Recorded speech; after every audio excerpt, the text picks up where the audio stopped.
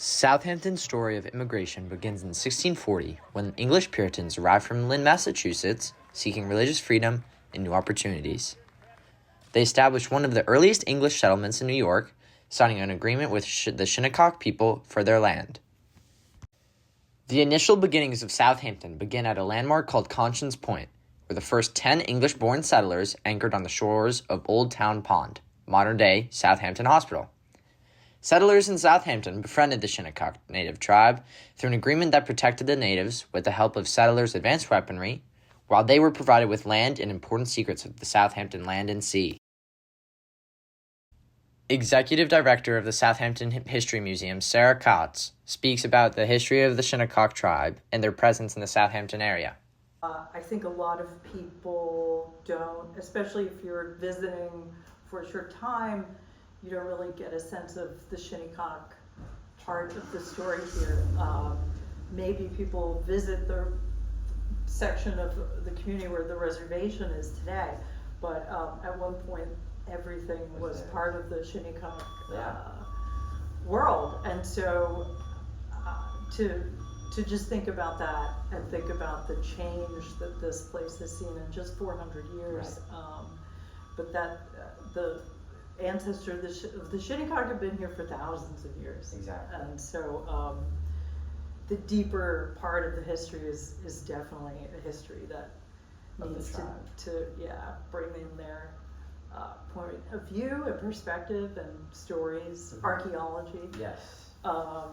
So a lot of people don't realize that Long Island is more than just the suburbs or the beaches, that it's actually this place that has a lot of, not just, Euro-American history, and of course important for the American Revolution and the early colonial period and everything else, but also the more ancient history, the Shinnecock history, the Native American history. Over the following years, the first homes were created. The village was relocated half a mile east, and there was a successful population increase. In its beginning stages, Southampton's primary industry was agriculture, supplemented by occasional whaling and fishing, and as more newcomers arrived, they were carefully examined and evaluated before being welcomed into the community. In the 1800s, predating the Civil War, the Hamptons became a prominent place of interest, as areas like Southampton profited from a booming whaling economy, and other places like Sag Harbor became one of the busiest ports in the U.S. But how did these whaling towns become home to one of the largest seasonal home migrations in America? Eventually, after decades of hunting, there was a sharp decline in the whale population, making a once prosperous economic boom in the whaling industry become an economic bust. Soon, the local economy pivoted into a more agriculturally focused community as farms grew and wildlife spread. Long Island was slowly becoming a scenic retreat for many, promoting tourism, and once the Long Island Railroad was completed, affluent and high-class citizens of New York began to purchase summer homes there. With the large amount of wealthy people coming to the Hamptons each summer, more houses were being built, allowing for new industries to blossom. Owning a house in the Hamptons had become an exclusivity for the elite, and with time, the Hamptons have become the place it is today, as a seasonal destination known for holding some of the largest homes and richest families in America, with almost their entire economy being based around a group of people that only live there for 3 months of the year. So, as you can see, the Hamptons have been known as a symbol of wealth, sunlit beaches, sprawling estates, and a seasonal economy built around leisure and luxury. But behind that image is a quieter reality of people who keep this place running. In a recent New York Magazine article, journalist Paula Aceves documents a troubling shift beneath the surface of this idyllic setting. Undocumented workers in the Hamptons are increasingly choosing to self-deport, not because they want to leave, but because heightened immigration enforcement, stricter documentation requirements, and a growing fear have made everyday life untenable. It became very clear that there was a really large immigrant community in the Hamptons that had been written about, but not quite featured all that often. And so we thought that maybe that would be actually a great place to set this vibe shift story, but also add a bit of heft to this Hamptons issue. What initially drew you to write your article titled "In the Hamptons, Undocumented Workers Are Choosing It to Self-Deport"? Yeah. Well, here at the magazine, we'd been having a lot of conversations around communities that um, were specifically because of a disproportionately large immigrant community being impacted by the administration's immigration policies. Mhm. Um, and we kept calling it kind of a vibe shift story. We really wanted it to be like a felt story, a community story. Mrs. Sevis then explores how this moment is being felt by immigrant families themselves, the growing apprehension, the disrupted routines, and the quiet ways entire communities are being reshaped. In your article, you describe how fear of ICE raids led many to self-deport. What did you observe in those decisions? Yeah, I mean, I think people who choose to leave their home under any circumstances are, it's never an easy decision, right? Right.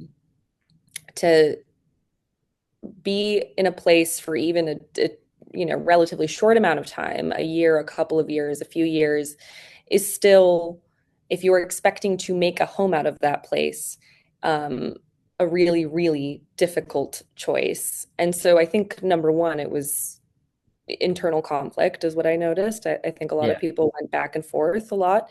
Over the course of reporting it, a lot of people that I talked to, people who some made it in and some didn't, but went back and forth throughout the course of my talking to them. Like I would have a conversation with them in which they would say, "Yes, I'm deciding right now I want to self-deport and I'm Yeah. planning on doing it." And then the next time we would speak, they'd say, "I've actually changed my mind." Right. So I think that speaks to just how big of a decision it is, but also I think kind of um, speaks to another thing I observed, which is that, like, for a lot of people, it was not something that they had ever planned on doing. They had come here with the full intention of building out their lives. They had come in many instances to join their families. They had, in other instances, brought their entire families over. Mhm. One woman I spoke with had brought her two children over, and both of her children had, since she um, brought them into the country, attained legal status of some kind and were able to work. And so the choice that she was making was basically to leave them behind. Um, Obviously, very difficult for many reasons, but something that she said that really stuck with me is it really mirrors the decision that I made in the first place to leave them when I first came to this country. Next question. How do immigrant communities in affluent seasonal towns like Southampton differ from those in more urban settings?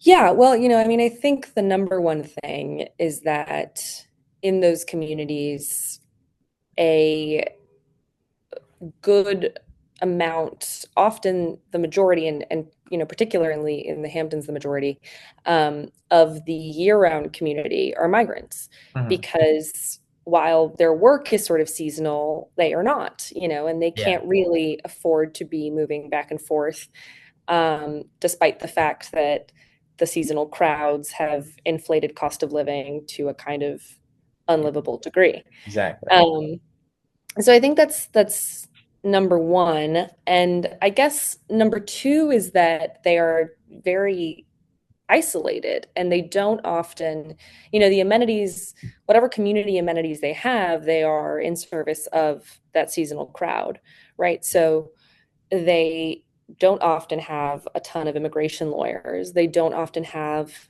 a ton of legal aid resources. They don't have a ton of bilingual advocacy Right. units. So it's, I think, difficult, but also not. I think it's not often accounted for in assessing the livability of these places, because for a lot of people, they're just never places that anyone thought would be year-round livable. Right. Can you speak to the role of local institutions like schools, churches, employers? like in either supporting or isolating immigrant families' way?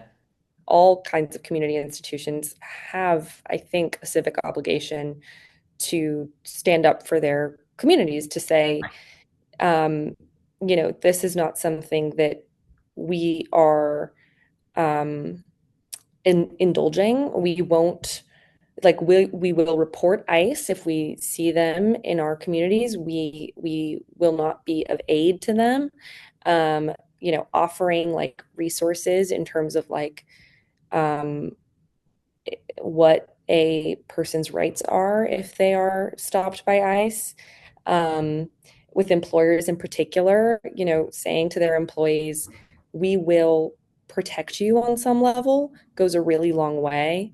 Right. Um, and even, I mean, just I think it often, I think, doesn't need to, at least on the first front, extend toward um, uh, immigrants directly. It can, in fact, just like live within the, like the realm of white employees and white like school administrators, like people who obviously have no reason to ever have learned about those things because why would they?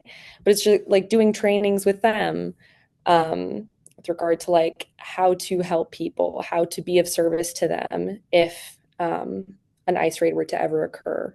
Right. Like I think that is really useful. Hmm.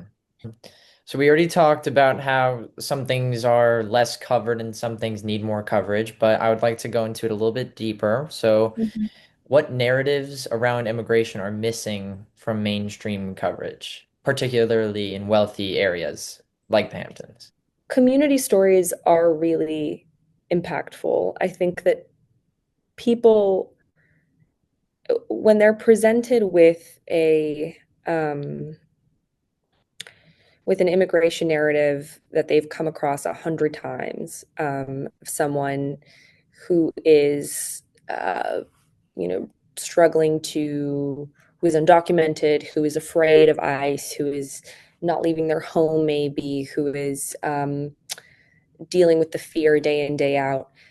I think they have a tendency of kind of checking out, and they sort of like summon this um, sort of like instinctual sympathy and then don't really engage with it further.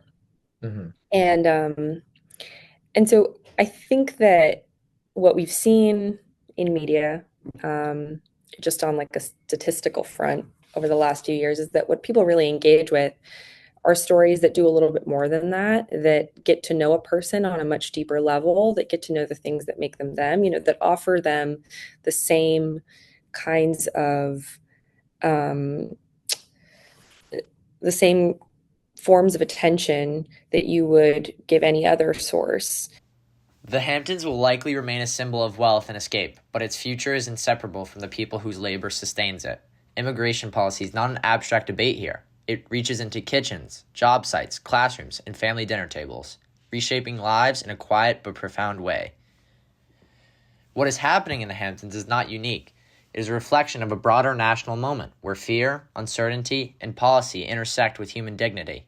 The question this story leaves us with is not simply who leaves or who stays, but what is lost when communities built on invisible labor are pushed further into the shadows, and what happens to a place when the people who help sustain it aren't allowed to remain.